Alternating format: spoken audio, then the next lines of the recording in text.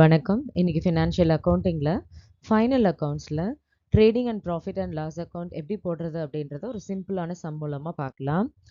So left hand சைடில் பார்த்தீங்கன்னா problem opening stock வந்து 3600. ஸோ சில இன்ஃபர்மேஷன் எல்லாம் கொடுத்துருக்கு.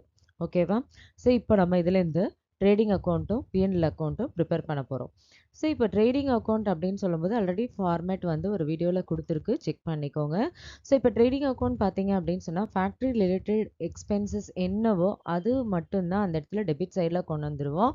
அண்ட் கிரெடிட் சைடில் பார்த்தீங்கன்னா சேல்ஸு எதனா ரிட்டர்ன்ஸ் இருந்தால் அங்கே கொண்டு வருவோம், க்ளோசிங் ஸ்டாக் கொண்டு வருவோம். ஸோ இப்போ ஃபஸ்ட் எடுத்தோன்னா டு ஓப்பனிங் ஸ்டாக் 3600 டெபிட் சைடில் கொண்டு வந்துட்டோமா. அடுத்தது பர்ச்சேசஸ் என்ன வருது 18,260. பர்ச்சேஸ் ரிட்டர்ன் இருக்கிறதுனால எப்போவுமே பர்ச்சேசர்ஸ்லேருந்து லெஸ் ரிட்டர்ன்ஸ் பண்ணி அவுட்டர் காலத்தில் 17,360 காண்பிச்சிடும். நெக்ஸ்ட்டு டு வேஜஸ், சேலரிஸ் எல்லாம் பிஎன்எல் அக்கௌண்ட்டில் வரும், வேஜஸ் எல்லாம் வந்து ட்ரேடிங் அக்கௌண்ட்டில் வரும். ஸோ டு வேஜஸ் பார்த்தீங்க அப்படின்னு சொன்னால் 3,620 இருக்குது. ஃபேக்ட்ரி ரெண்ட் பார்த்தோன்னா 400, இதுவுமே ட்ரேடிங் டெபிட்டில் போட்டாச்சு. Carriage on purchases, carriage on purchases எப்போவுமே trading account debit side, carriage on sales எப்போவுமே PNL account debit side. So debit சைடில் இந்த இன்ஃபர்மேஷன்லாம் போட்டாச்சு. அண்ட் தென் கிரெடிட் சைடில் பை சேல்ஸ் பார்த்தீங்கன்னா நம்மளுக்கு 32,000 கொடுத்துருக்கு, லெஸ் ரிட்டர்ன் 700 பண்ணோன்னா 31,300. க்ளோசிங் ஸ்டாக் நம்மளுக்கு இன்ஃபர்மேஷன் 4420 அப்படின்னு கொடுத்துருக்காங்க. ஸோ இப்போது கிரெடிட் சைட் டோட்டல் தான் அதிகமாக இருக்குது. எவ்வளோ ரூபா வருது அப்படின்னா 35,720 வருது.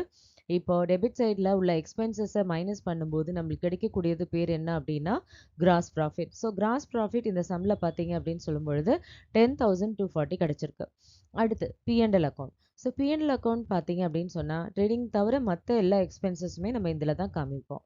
ஓகே, ஸோ இப்போது ஃபஸ்ட் எக்ஸ்பென்சஸ் பார்த்தீங்கன்னா டு கேரேஜ் ஆன் சேல்ஸ் 400 எல்லாமே டெபிட் சைடில், to office rent 500, to general expenses 900, to discount to customers 360. இது எல்லாமே பார்த்தீங்கன்னா எக்ஸ்பென்சஸ் அப்படின்றதுனால டெபிட் பண்ணுறோம்.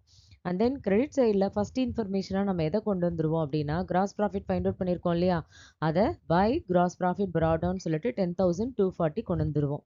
And then interest from bank அப்படின்னு சொல்லி கொடுத்துருக்கு. ஸோ அந்த இன்ட்ரெஸ்ட் ஃப்ரம் பேங்க் அப்படின்னா இட்ஸ் அன் இன்கம், அதனால பிஎன்எல் அக்கௌண்ட் கிரெடிட்டில் அதை கொண்டு வந்துடுறோம். ஓகேவா? ஸோ இப்போ கிரெடிட் சைட் டோட்டல் பார்த்தீங்கன்னா 10,440. இப்போது டெபிட் சைடில் உள்ள எக்ஸ்பென்சஸை லெஸ் பண்ணும்போது நம்மளுக்கு கிடைக்கக்கூடிய நெட் ப்ராஃபிட் எவ்வளோ அப்படின்னு சொன்னால் 8,280. ஸோ இந்த சம் பார்த்தீங்க அப்படின்னு சொன்னால் ரொம்பவே சிம்பிளான problem. So trading account and PNL account மட்டும்தான் இதில் கேட்டிருக்கு, அதோட மட்டும் இல்லாமல் வேறு விதமான அட்ஜஸ்ட்மெண்ட்டும் இதில் இல்லை. ஓகேவா? ஸோ சிம்பிளான ட்ரேடிங் அண்ட் பிஎன்எல் அக்கௌண்ட் எப்படி போடுறது அப்படின்றத இன்றைக்கி சொல்லி கொடுத்துருக்கேன். ஹோப் எல்லாருக்கும் இன்றைக்கி இந்த வீடியோ அண்டர்ஸ்டாண்ட் ஆகிருக்கும் அப்படின்னு நம்புகிறேன். வேறு சில இம்பார்ட்டண்ட் டாபிக்ஸோட அப்கமிங் வீடியோவில் பார்க்கலாம். தேங்க்யூ.